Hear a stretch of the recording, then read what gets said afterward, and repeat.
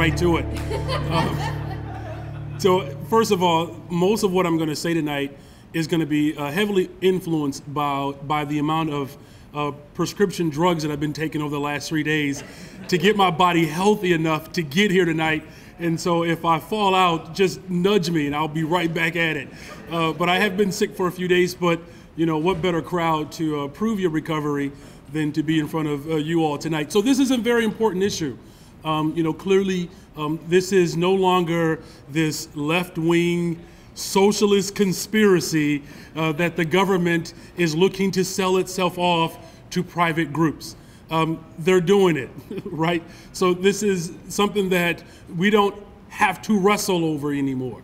What we also are very clear about is that this opportunity that working class families have to coalesce around something that's very important.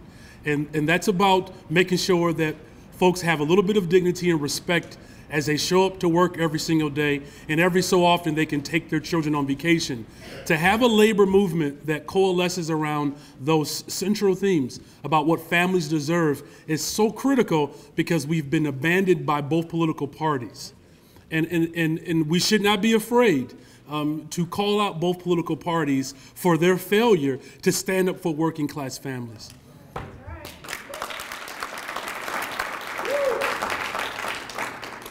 And so, you know, as before I move too far in advance, I am a teacher, you know, by trade. That is what I love to do. Getting the opportunity to organize, and I say organizer with a small o, especially now that I know that I'm sharing a stage with someone who's been doing it longer than I've been alive. Oh. That's the last one, I promise. I'm never going to reference that again. But, you know, I just wanted to bring some context to this struggle because, truthfully, there's been an entire generation that has benefited, you know, from the work of some folks in this room, as I look to offend even more people. You know, but my father, who worked very hard, he was AFSCME. You know, I didn't understand his pay breakdown. But I do know that my father, as a state employee, as a child growing up with asthma, I was able to get an inhaler for $5. Like, I was very clear. My dad's union job means I get to breathe. Like, I was very clear about that. Right? And so this move of austerity, right, to continue to look to balance the so-called economic crisis off of the backs of the individuals who make this country great is demoralizing. Let's just be honest. You feel the pressure. We were talking to a couple of brothers beforehand. One of the benefits of being sick, you get to watch reruns of Martin, which takes you far away from this struggle. But having come down from that, you know, you wake up every day and you feel this overwhelming amount of pressure. And with that pressure comes a level of responsibility.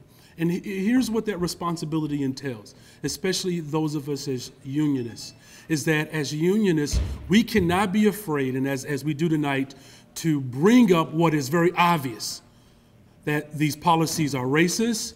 And when you talk about making government smaller, that's code, from my reference, of eliminating black people from jobs. And I'm very clear about that. When we look at the overall scope of how the economic base within black communities have survived, it's been public sector workers, public sector jobs that have made the middle class, and quite frankly, even the upper middle class, possible for black families. And this move to eliminate an entire class of people, it's not just an issue for the people who are impacted, but it's also an issue for the world around us. And let me be very clear when I say this, that though I believe my two sons, Owen and Ethan, will be raised responsibly and their lives will be good, and I'm going to make sure of that, and mostly because of my wife too. But what good does it for us to raise our black sons well if their neighbors are not sufficiently supported and they don't have jobs, and now my sons have to dodge bullets on their way home. That it makes no sense. So in other words, this struggle is not a struggle simply for my family. It's a struggle for all of our families. How these austerity measures have had tremendous impact on black communities, especially within the teaching profession. We have lost half of our black teachers in the last 10 years. It's not a coincidence that as privatization begins to proliferate, you're seeing the decline of black educators.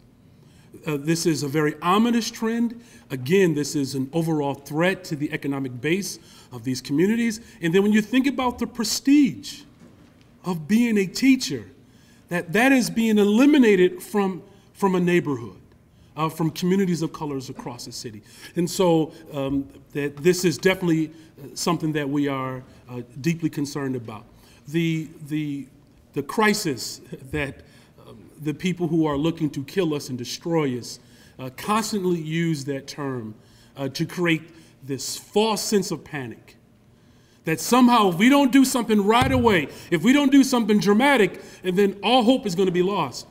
Well, what we find necessary, and the Chicago Teachers Union has been very, I think, proactive in this, is actually providing research that debunks these lies.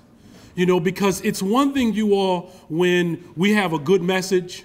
It's one thing when we have our clear target, but it's something else when you have a little extra information behind you to help educate other people, right? Because the struggle that we're experiencing, people on the ground who live within these neighborhoods who make up members of these locals, they can certainly feel it.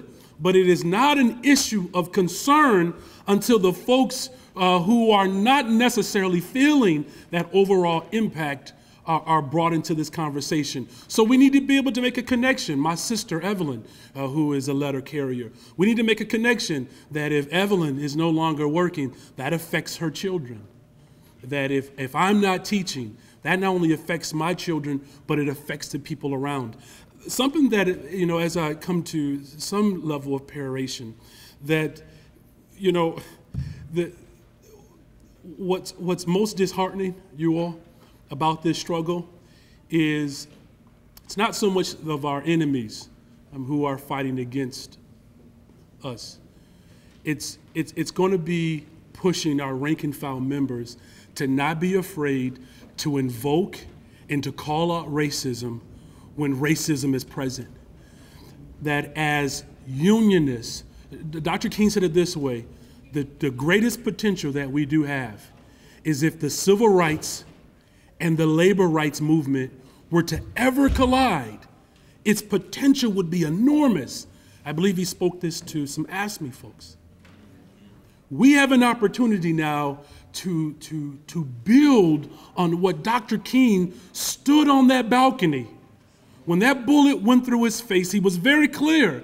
It was about the economic base and the viability of a community that had one certainty, that if we can push the government to be responsible, because the private creeps, there's only so much we can do about them, but the government in which we reflect and resemble to some extent, if we cannot push them, there's no hope. And so we have to make sure that as unionists, that we're not afraid as rank and file members to push our own members to call out racism, and then to make sure that the people who can be impacted and are being impacted by these failed policies are supported. And then finally, the folks outside of our immediate circles, that we have enough research to arm them, to challenge them on how these policies impact the more broader struggle.